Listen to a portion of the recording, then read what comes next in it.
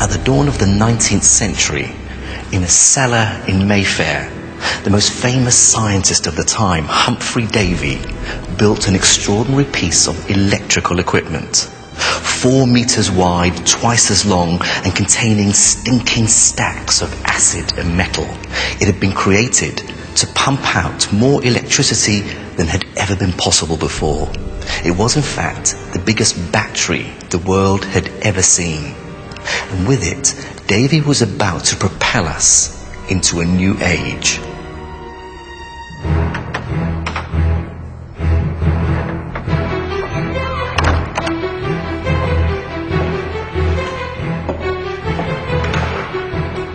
That moment would take place at a lecture at the Royal Institution in front of hundreds of London's great and good. Filled with anticipation, they packed the seats, hoping to witness a new and exciting electrical wonder.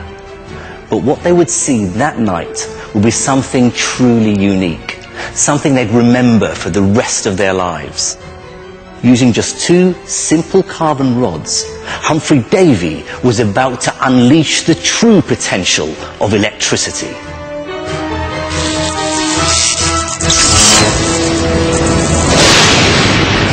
Electricity is one of nature's most awesome phenomena, and the most powerful manifestation of it we ever see is lightning. This is the story of how we first dreamed of controlling this primal force of nature, and how we would ultimately become its master. It's a 300-year tale of dazzling leaps of imagination and extraordinary experiments. Tens of thousands of volts passed across his body and through the end of a lamp that he was holding.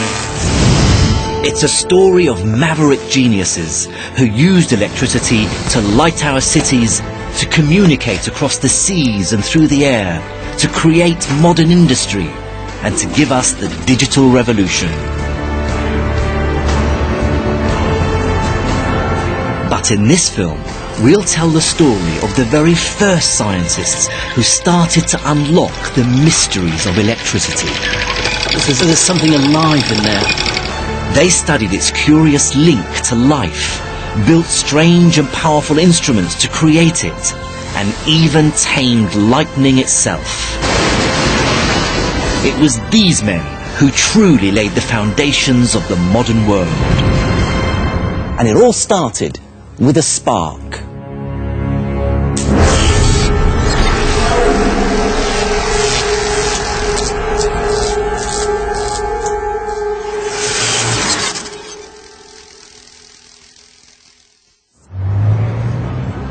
Imagine our world without electricity.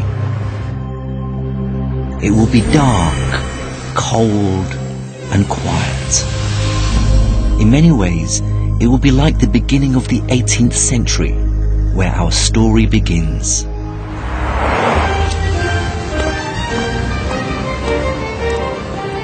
This is the Royal Society in London. In the early 1700s, after years in the wilderness, Isaac Newton finally took control of it after the death of his arch-enemy, Robert Hooke. Newton brought in his own people to the key jobs to help shore up his new position. The new head of demonstrations there was 35-year-old Francis Hawksby.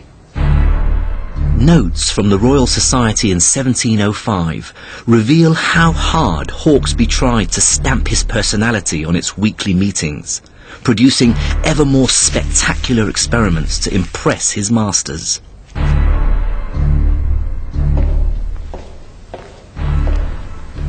In November, he came up with this, a rotating glass sphere. He was able to remove the air from inside it using a new machine, the air pump. On his machine, a handle allowed him to spin the sphere. One by one, the candles in the room were put out. And Francis placed his hand against the sphere. The audience were about to see something amazing.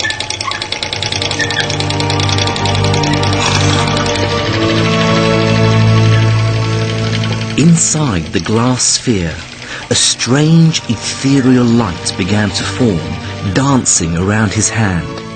A light no one had ever seen before.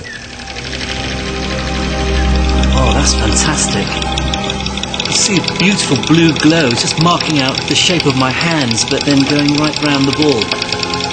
It's as though there's something alive in there. It's difficult to really understand why this dancing blue light meant so much. But we have to bear in mind that at the time, natural phenomena like this were seen to be the work of the Almighty. This was still a period when, even in Isaac Newton's theory, God was constantly intervening in the conduct of the world. And so it made sense for a lot of people to interpret natural phenomena as acts of God. So when a mere mortal meddled with God's work, it was almost beyond rational comprehension. Hawksby never realised the full significance of his experiment. He lost interest in his glowing sphere and spent the last few years of his life building ever more spectacular experiments for Isaac Newton to test his other theories. He never realised that he'd unwittingly started an electrical revolution.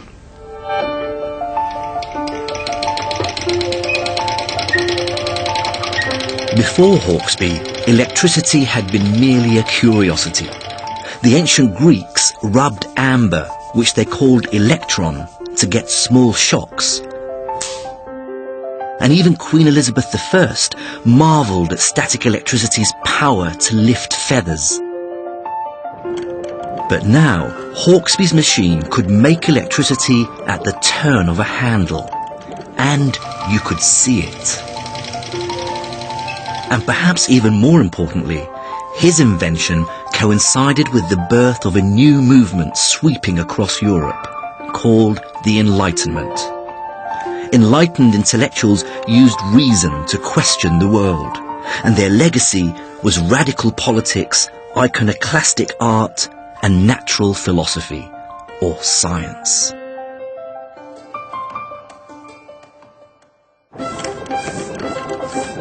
But ironically, Hawksby's new machine wasn't immediately embraced by most of these intellectuals, but instead by conjurers and street magicians. And those with an interest in electricity called themselves electricians. One story tells of a dinner party attended by an Austrian count. The electrician had placed some feathers on the table and then charged up a glass rod with a silk handkerchief. He then astonished the guests by lifting up the feathers with the rod.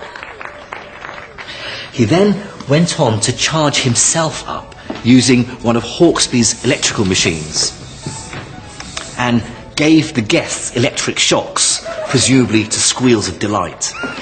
But for his pièce de résistance, he placed a glass of cognac in the centre of the table, charged himself up again, and lit it with a spark from the tip of his finger.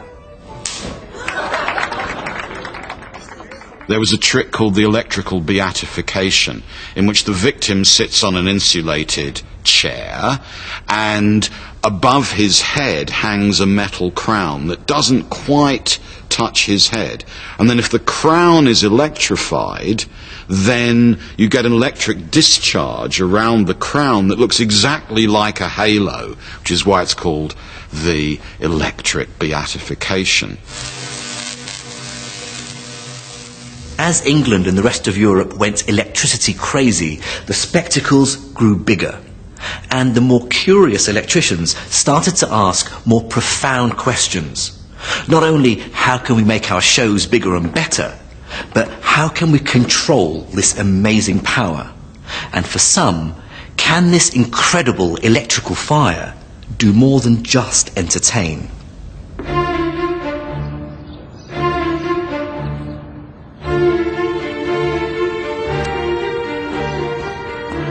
One of the first early breakthroughs would never have happened had it not been for a terrible accident. This is Charterhouse in the centre of London. Over the past 400 years, it's been a charitable home for young orphans and elderly gentlemen. And sometime in the 1720s, it also became home to one Stephen Gray. Stephen Gray had been a successful silk dyer from Canterbury. He was used to seeing electric sparks leap from the silk, and they fascinated him. Unfortunately, a crippling accident ended his career and left him destitute. But then he was offered a new life here at Charterhouse, and with it, the time to perform his own electrical experiments.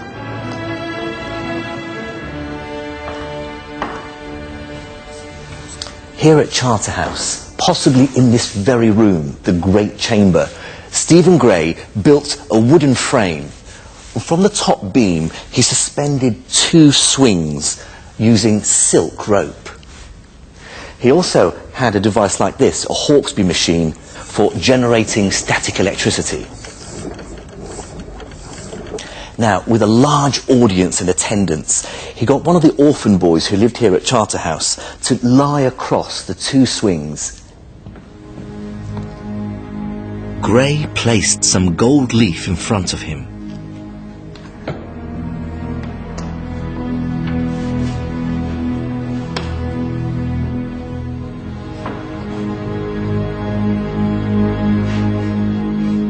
He then generated electricity and charged the boy through a connecting rod.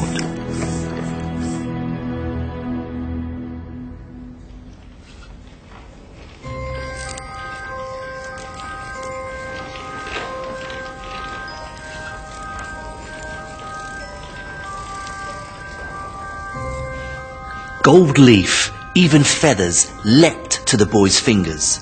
Some of the audience claimed they could even see sparks flying out from his fingertips. Show business indeed.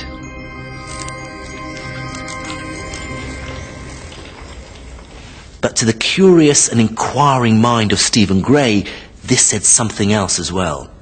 Electricity could move. From the machine to the boy's body, through to his hands. But the silk rope stopped it dead. It meant the mysterious electrical fluid could flow through some things, but not through others.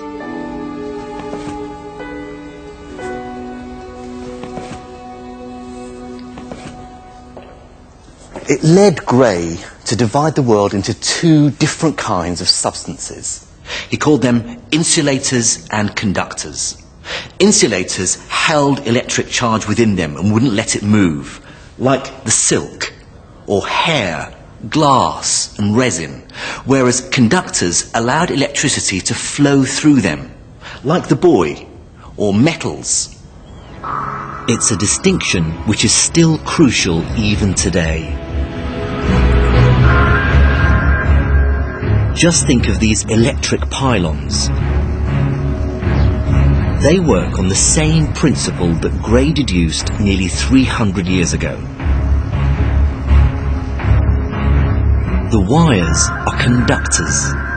The glass and ceramic objects between the wire and the metal of the pylon are insulators that stop the electricity leaking from the wires into the pylon and down to the earth. They're just like the silk ropes in Gray's experiment.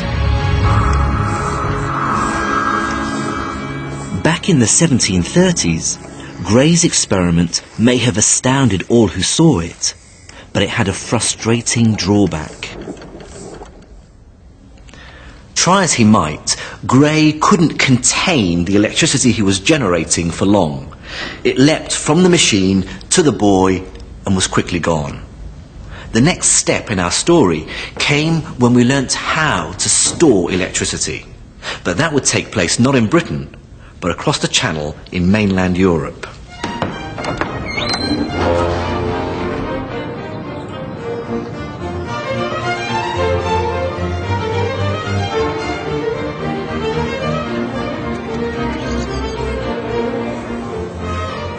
across the Channel, electricians were just as busy as their British counterparts, and one centre for electrical research was here in Leiden, Holland. And it was here that a professor came up with an invention that many still regard as the most significant of the 18th century, one that, in some form or another, can still be found in almost every electrical device today. That professor was Pieter van Musschenbroek. Unlike Hawksby and Gray, Musschenbroek was born into academia. But ironically enough, his breakthrough came not because of his rigorous science, but because of a simple human mistake. He was trying to find a way to store electrical charge ready for his demonstrations. And you can almost hear his train of thought as he tries to figure this out. If electricity is a fluid that flows a bit like water, then maybe you can store it in the same way that you can store water. So Musschenbroek went to his laboratory to try to make a device to store electricity. Musschenbroek started to think literally. He took a glass jar and poured in some water. He then placed inside it a length of conducting wire, which was connected at the top to a Hawksby electric machine.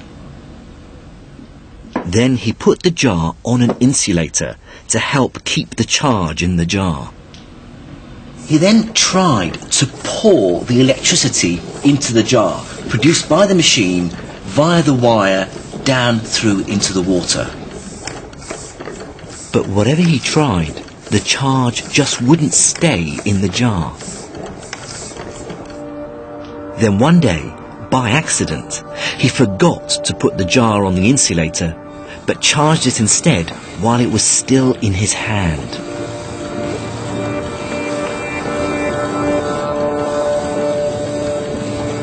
Finally, holding the jar with one hand, he touched the top with the other and received such a powerful electric shock he was almost thrown to the ground.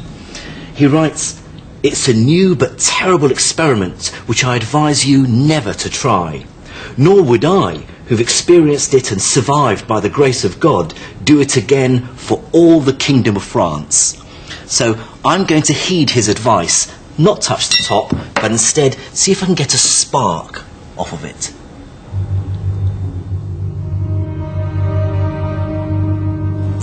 The sheer power of the electricity which flew from the jar was greater than any seen before. And even more surprisingly, the jar could store that electricity for hours, even days. So in honour of the city where Musschenbroek made his discovery, they called it the Leyden jar. And its fame swept across the world.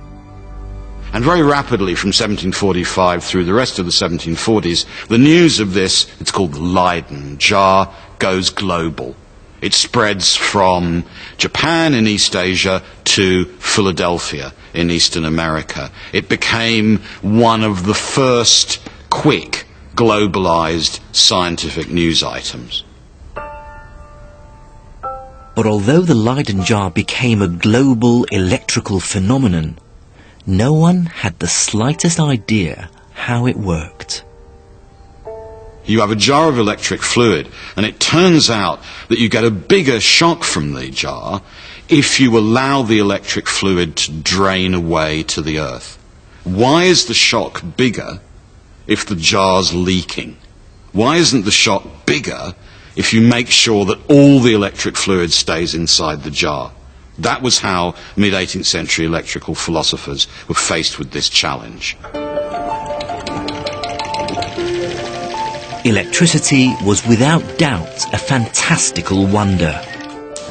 It could shock and spark.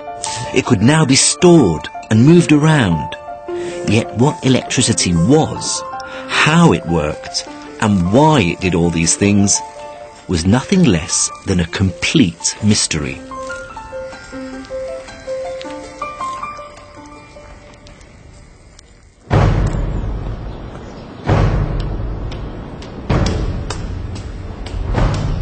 Within 10 years, a new breakthrough was to come from an unexpected quarter. From a man politically and philosophically at war with the London establishment. And even more shockingly for the British electrical elite, that man was merely a colonial, an American. This painting of Benjamin Franklin hangs here at the Royal Society in London. Franklin was a passionate supporter of American emancipation and saw the pursuit of rational science, and particularly electricity, as a way of rolling back ignorance, false idols, and ultimately his intellectually elitist colonial masters. And this is mixed with a profoundly egalitarian democratic idea that Franklin and his allies have, which is this is a phenomenon open to everyone. Here's something that the elite doesn't really understand, and we might be able to understand it. Here's something that the elite can't really control, but we might be able to control. And here's something above all, which is the source of superstition. And we, rational, egalitarian, potentially democratic intellectuals, we will be able to reason it out without appearing to be the slaves of magic or mystery. So Franklin decided to use the power of reason to rationally explain what many considered a magical phenomenon: lightning. This is probably one of the most famous scientific images of the 18th century. It shows Benjamin Franklin, the heroic scientist, flying a kite in a storm, proving that lightning is electrical. But although Franklin proposed this experiment, he almost certainly never performed it. Much more likely is that his most significant experiment was another one, which he proposed but didn't even conduct. In fact, it didn't even happen in America. It took place here in a small village north of Paris called Marly-le-Ville. The French adored Franklin, especially his anti-British politics, and they took it upon themselves to perform his other lightning experiments without him. I've come to the very spot where that experiment took place.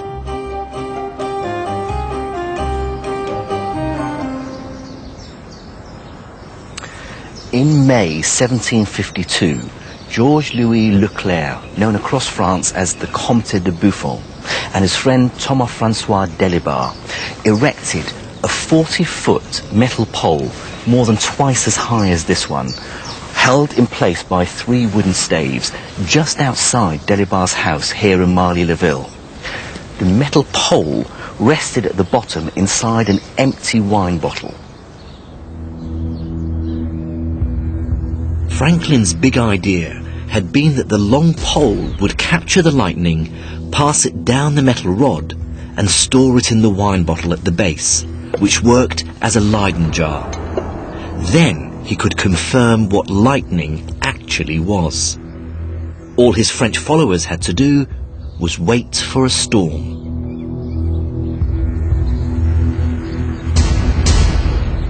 And then on May 23rd, the heavens opened. At 12:20, a loud thunderclap was heard as lightning hit the top of the pole. An assistant ran to the bottle. A spark leapt across between the metal and his finger with a loud crack and a sulphurous smell, burning his hand. The spark revealed lightning for what it really was. It was the same as the electricity made by man. It's hard to overestimate the significance of this moment. Nature had been mastered. Not only that, but the wrath of God itself had been brought under the control of mankind. kind of heresy. Franklin's experiment was very important because it showed that lightning storms produce or are produced by electricity, and that you can bring this electricity down, that electricity is a force of nature that's waiting out there to be tapped. Next, Franklin turned his rational mind to another question. Why the Leyden jar made the biggest sparks when it was held in the hand? Why didn't all the electricity just drain away? And drawing on his experience as a successful businessman, he saw something no one else had. That, like money in a bank, electricity can be in credit, what he called positive, or debit, negative. For him, the problem of the Leyden jar is a problem of accountancy. Franklin's idea was every body has around it an electrical atmosphere. And there's a natural amount of electric fluid around each body. If there's too much, we'll call it positive. If there's too little, we'll call it negative. And nature is organized so the positives and the negatives always want to balance out, like an ideal American economy. Franklin's insight was that electricity was actually just positive charge flowing to cancel out negative charge, and he believed this simple idea could solve the mystery of the Leyden jar. As the jar is charged up, negative electrical charge is poured down the wire and into the water. If the jar rests on an insulator, a small amount builds up in the water. But if instead the jar is held by someone as it's being charged, positive electric charge is sucked up through their body from the ground to the outside of the jar, trying to cancel out the negative charge inside. But the positive and negative charges are stopped from cancelling out by the glass, which acts as an insulator. So instead, the charge just grows and grows on both sides of the glass. Then, touching the top of the jar with the other hand completes a circuit, allowing the negative charge on the inside to pass through the hand to the positive on the outside, finally cancelling it out. The movement of this charge causes a massive shock, and often a spark.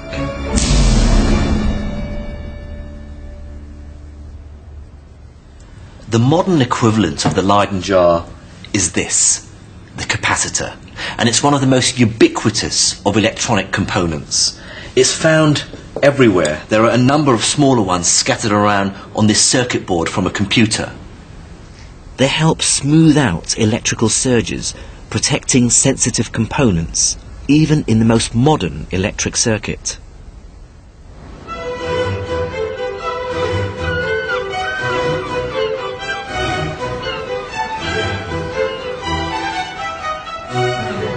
Solving the mystery of the Leyden jar and recognizing lightning as merely a kind of electricity were two great successes for Franklin and the New Enlightenment movement.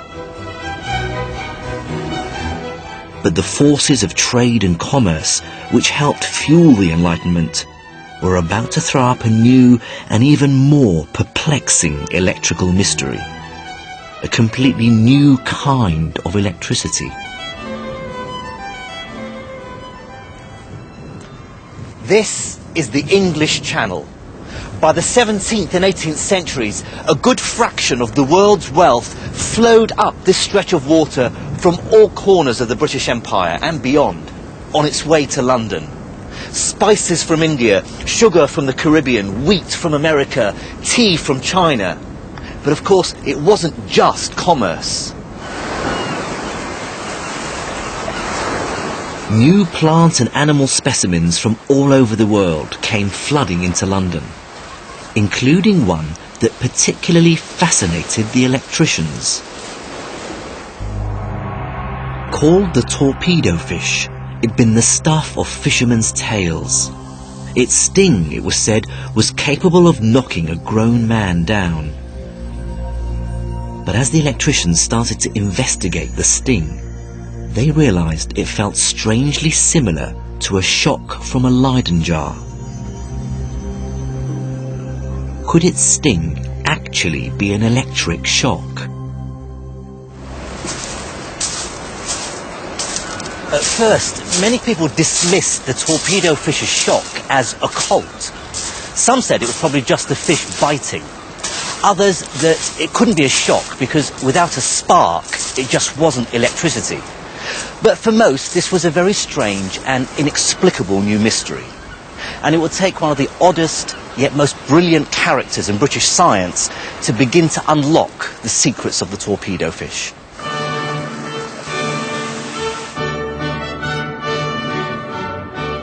This is the only picture in existence of the pathologically shy but exceptional Henry Cavendish. This one only exists because an artist sketched his coat as it hung on a peg, then filled in the face from memory. His family were fantastically rich. They were the Devonshires, who still own Chatsworth House in Derbyshire. But Henry Cavendish decided to turn his back on his family's wealth and status, to live in London near his beloved Royal Society, where he could quietly pursue his passion for experimental science. When he heard about the electric torpedo fish, he was intrigued. A friend wrote to him, "On this, my first experience of the effect of the torpedo, I exclaimed that this is certainly electricity. But how?" And to work out how a living thing could produce electricity, he decided to make his own artificial fish. These are his plans. 2 Leyden jars shaped like the fish, which were buried under sand. When the sand was touched, they discharged, giving a nasty shock. His model helped convince him that the real torpedo fish was electric. But it still left him with a nagging problem. Although both the real fish and Cavendish's artificial one gave powerful electric shocks, the real fish never sparked. Cavendish was perplexed. How could it be the same kind of electricity if they didn't both do the same kinds of things? Cavendish spent the winter of 1773 in his laboratory trying to come up with an answer. And in the spring, he had a brainwave. Cavendish's ingenious answer was to point out a subtle distinction between the amount of electricity and its intensity. The real fish produced the same kind of electricity, it's just that it was less intense. Now, for a physicist like me, this marks a crucial turning point, because it's the moment when 2 genuinely innovative scientific ideas first crop up. What Cavendish refers to as the amount of electricity, we now call electric charge. And his intensity is what we call the potential difference, or voltage.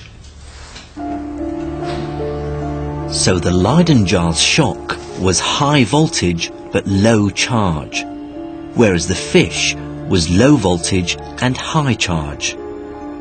And it's possible to actually measure that. Hiding at the bottom of this tank under the sand is the torpedo marmorata, and it's an electric ray. You can just see its eyes protruding from the sand. This is a fully grown female, and I'm going to try and measure the electricity it gives off with this bait. I've got this fish connected to a metal rod and hooked up to an oscilloscope to see if I can measure the voltage as it catches its prey. So here goes.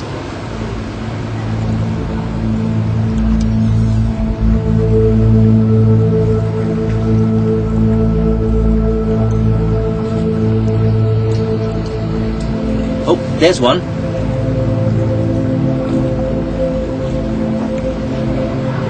And there's another one. The fish gave a shock of about 240 volts, the same as mains electricity, but still roughly 10 times less than the Leyden jar.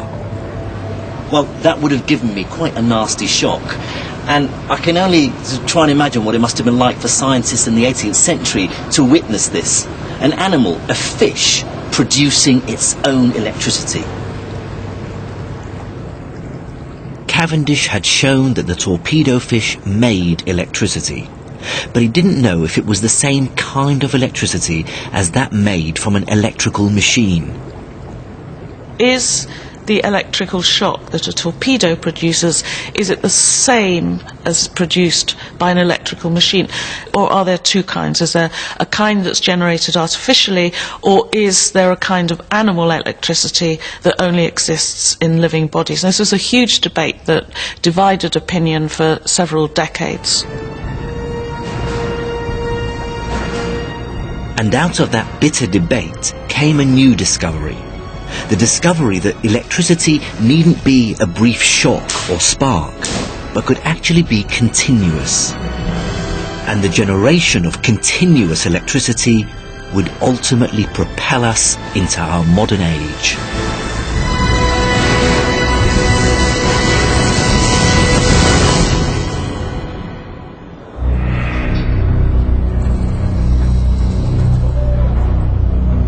But the next step in the story of electricity would come about because of a fierce personal and professional rivalry between two Italian academics.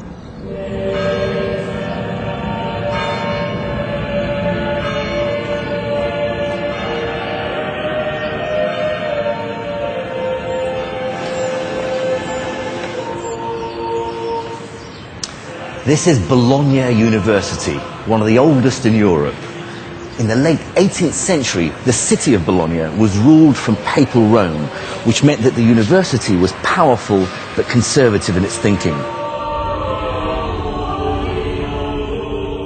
It was steeped in traditional Christianity, one where God ruled earth from heaven, but that the way he ran the world was hidden from us mere mortals.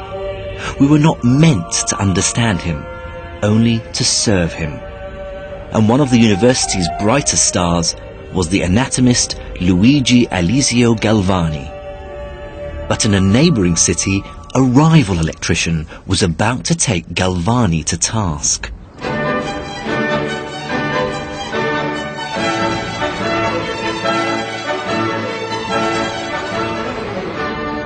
This is Pavia, only 150 miles from Bologna, but by the end of the 18th century, worlds apart politically.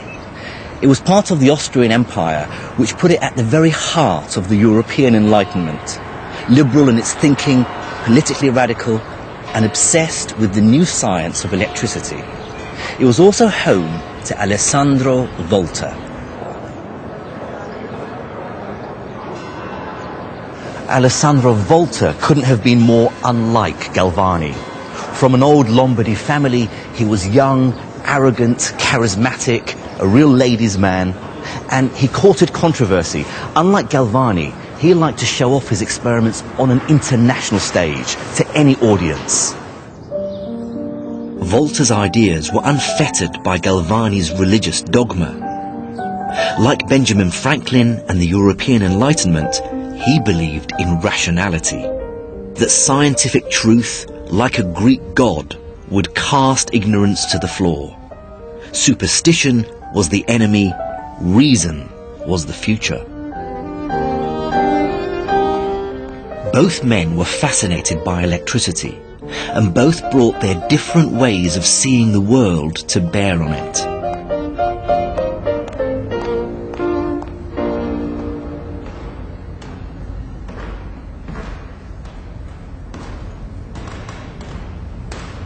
Galvani had been attracted to the use of electricity in medical treatments. For instance, in 1759, here in Bologna, electricity was used on the muscles of a paralyzed man. One report said it was a fine sight to see the mastoid rotate the head, the biceps bend the elbow. In short, to see the force and vitality of all the motions occurring in every paralysed muscle subjected to the stimulus.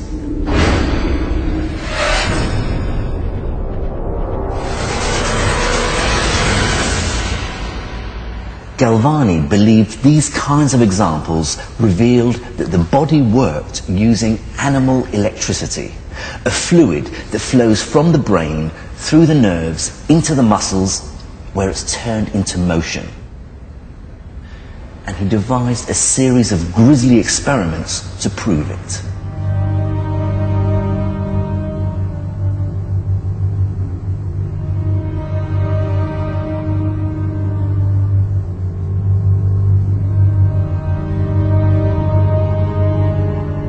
Now, he first prepared a frog. He writes, "The frog is skinned and disemboweled, only their lower limbs are left joined together, containing just the crural nerves."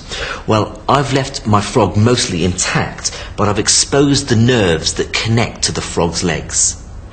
Then he used Hawksby's electrical machine to generate electrostatic charge that would accumulate and travel along this arm and out through this copper wire. Then he connected the charge-carrying wire to the frog and another to the nerve just above the leg. Let's see what happens. Oh, and the frog's leg twitches just as he makes contact. There we go. Now, for Galvani, what was going on there was that there's a strange, special kind of entity in the animal muscle, which he calls animal electricity. It's not like any other electricity. It's intrinsic to living beings. But for Volta, animal electricity smacked of superstition and magic. It had no place in rational and enlightened science. Volta saw the experiment completely differently to Galvani. He believed it revealed something totally new. For him, the legs weren't jumping as a result of the release of animal electricity from within them, but because of the artificial electricity from outside. The legs were merely the indicator. They were only twitching because of the electricity from the Hawksby machine. Back in Bologna, Galvani reacted furiously to Volta's ideas. He believed Volta had crossed a fundamental line, from electrical experiment into God's realm, and that was tantamount to heresy. To have a kind of spirit like electricity, to have that produced artificially, and to say that that spirit, that living force, that agency was the same as something produced by God, that God had put into a living human body or a frog's body, that seemed sacrilegious to them because it was eliminating this boundary between God's realm of the divine and the mundane realm of the material. Spurred on by his religious indignation, Galvani announced a new series of experimental results which would prove that Volta was wrong. During one of his experiments, he hung his frogs on an iron wire and saw something totally unexpected. If he connected a copper wire to the wire the frog was hanging from, and then touched the other end of the copper to the nerve, it seemed to him that he could make the frog's leg twitch without any electricity at all.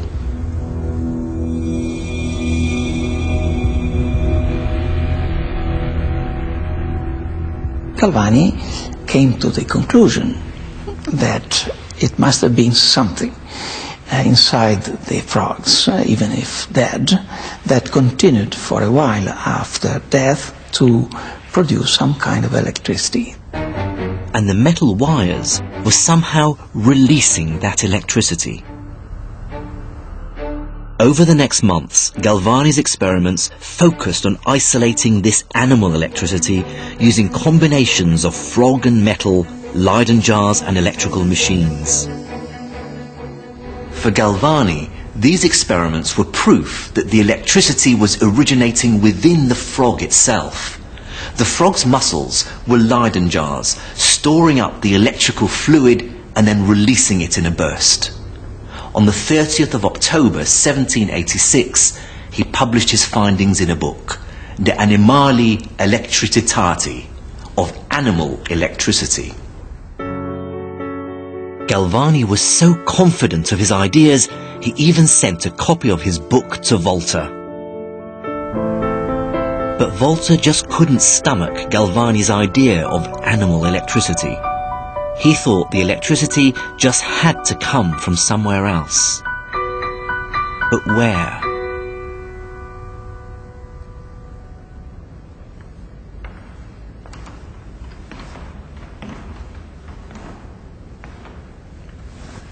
In the 1790s, here at the University of Pavia, almost certainly in this lecture theatre, which still bears his name, Volta began his search for the new source of electricity. His suspicions focused on the metals that Galvani had used to make his frog's legs twitch. His curiosity had been piqued by an odd phenomenon that he'd come across: how combinations of metals tasted. He found that if he took two different metal coins and placed them on the tip of his tongue, and then placed a silver spoon on top of both, he got a kind of tingling sensation, rather like the tingling you'd get from the discharge of a Leyden jar. Volta concluded that he could taste electricity, and that it must be coming from the contact between the different metals in the coins and spoon. His theory flew in the face of Galvani's. The frog's leg twitched not because of its own animal electricity, but because it was reacting to the electricity from the metals. But the electricity his coins generated was incredibly weak. How could he make it stronger?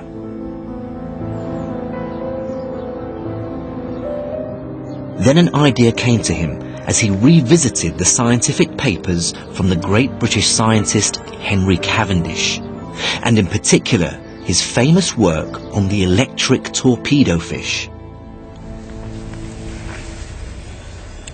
He went back and took a closer look at the torpedo fish, and in particular the repeating pattern of chambers in its back.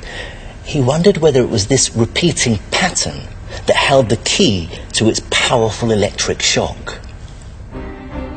Perhaps each chamber was like his coins and spoon, each generating a tiny amount of electricity.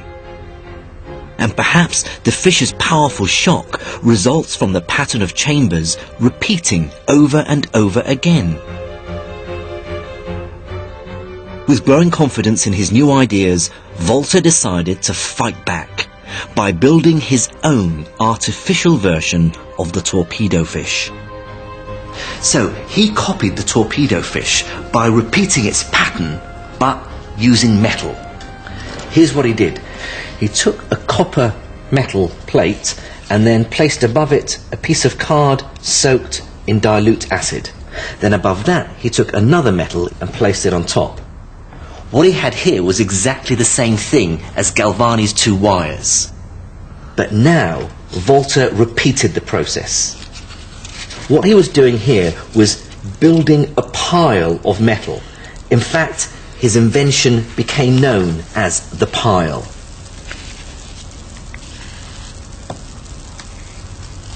But it's what it could do that was the really incredible revelation. Volta then tried his pile out on himself by getting two wires and attaching them to each end of the pile and bringing the other ends to touch his tongue. He could actually taste the electricity. This time it was more powerful than normal, and it was constant. He'd created the first battery. The machine was no longer an electrical and mechanical machine. It was just a purely electrical machine. So he proved that a machine imitating the fish could work, that what he called the metal or contact electricity of different metals could work. And that he regarded as his final winning move in the controversy with Galvani. What Volta's pile showed was that you could develop all the phenomena of animal electricity without any animals being present. So, from the voltaic point of view, it seemed as if Galvani was wrong. There's nothing special about the electricity in animals. It's electricity, and it can be completely mimicked by this artificial pile. But the biggest surprise for Volta was that the electricity it generated was continuous. In fact, it poured out like water in a stream. And just as in a stream where the measure of the amount of water flowing is called a current, so the electricity flowing out of the pile became known as an electrical current.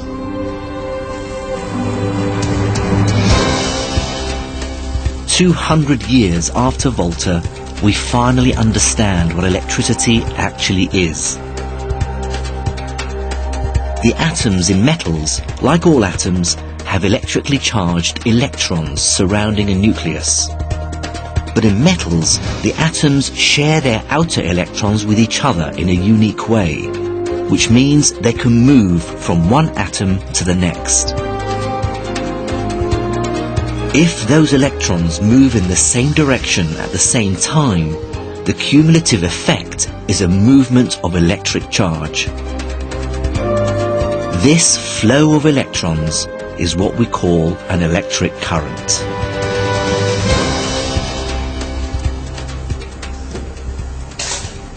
Within weeks of Volta publishing details of his pile, scientists were discovering something incredible about what it could do.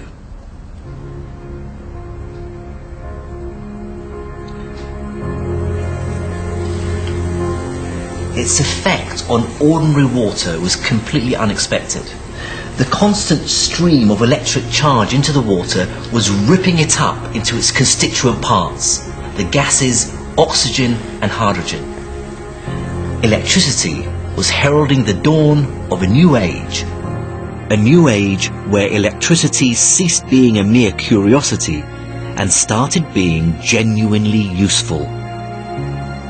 With constant flowing current electricity, new chemical elements could be isolated with ease, and this laid the foundations for chemistry, physics, and modern industry.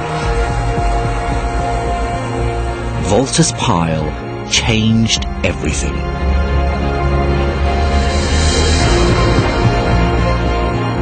The pile made Volta an international celebrity, feted by the powerful and the rich. In recognition, a fundamental measure of electricity was named in his honor, the volt. But his scientific adversary didn't fare quite so well.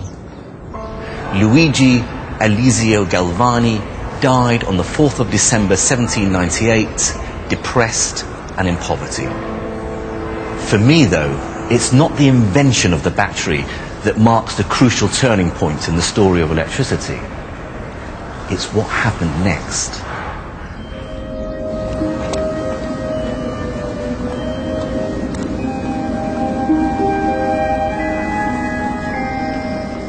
It took place in London's Royal Institution.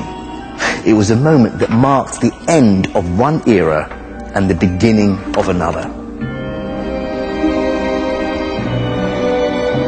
It was overseen by Humphrey Davy, the first of a new generation of electricians, young, confident and fascinated by the possibilities of continuous electrical current.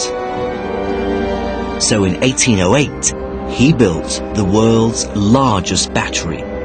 It filled an entire room underneath the Royal Institution. It had over 800 individual voltaic piles attached together.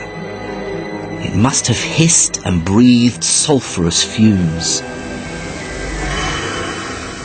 In a darkened room lit by centuries-old technology, candles and oil lamps, Davy connected his battery to 2 carbon filaments and brought the tips together. The continuous flow of electricity from the battery through the filaments leapt across the gap, giving rise to a constant and blindingly bright spark.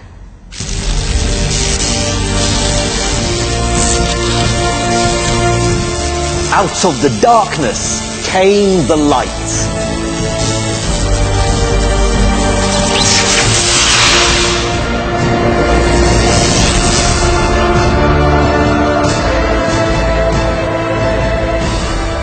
Davy's arc light truly symbolises the end of one era and the beginning of our era, the era of electricity.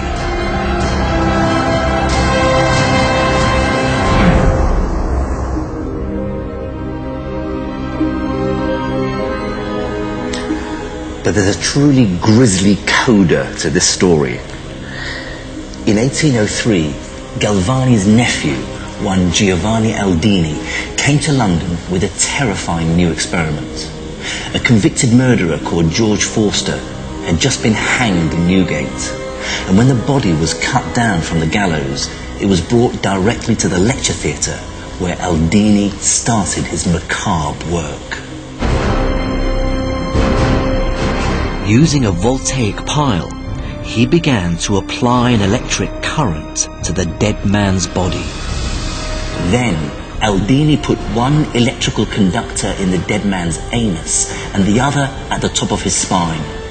Forster's limp dead body sat bolt upright and his spine arched and twisted. For a moment, it seemed as though the dead body had been brought back to life. It appeared as though electricity might have the power of resurrection. And this made a profound impact on a young writer called Mary Shelley.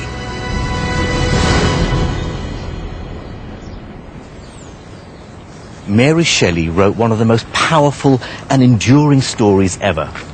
Based partly here on Lake Como, Frankenstein tells the story of a scientist, a galvanist, probably based on Aldini, who brings a monster to life using electricity. And then, disgusted by his own arrogance, he abandons his creation. Just like Davy's arc lamp, this book symbolises changing times. The end of the era of miracles and romance, and the beginning of the era of rationality, industry and science.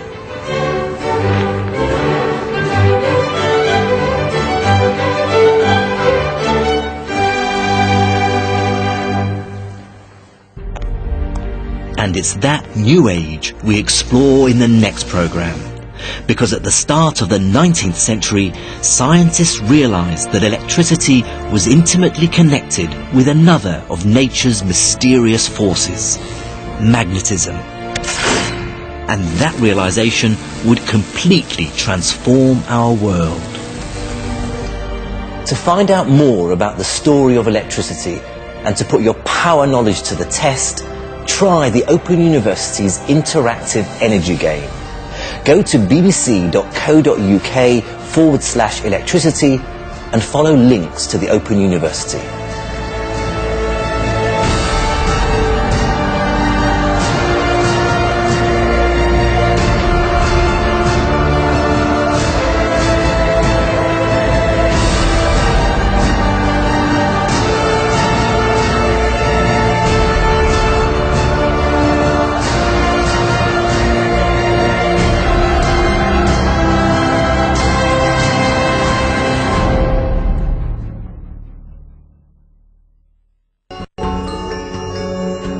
Over 1/3 of our planet is frozen. These are places that feed our imaginations, places that seem to be borrowed from fairy tales.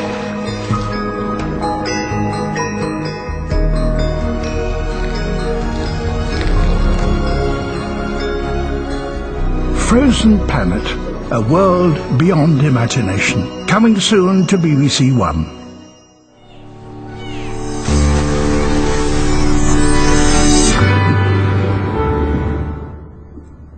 Only Connect, coming up here on BBC4 in an hour. But first, exploring the power that most of us take for granted now. into the wires and workings of the national grid.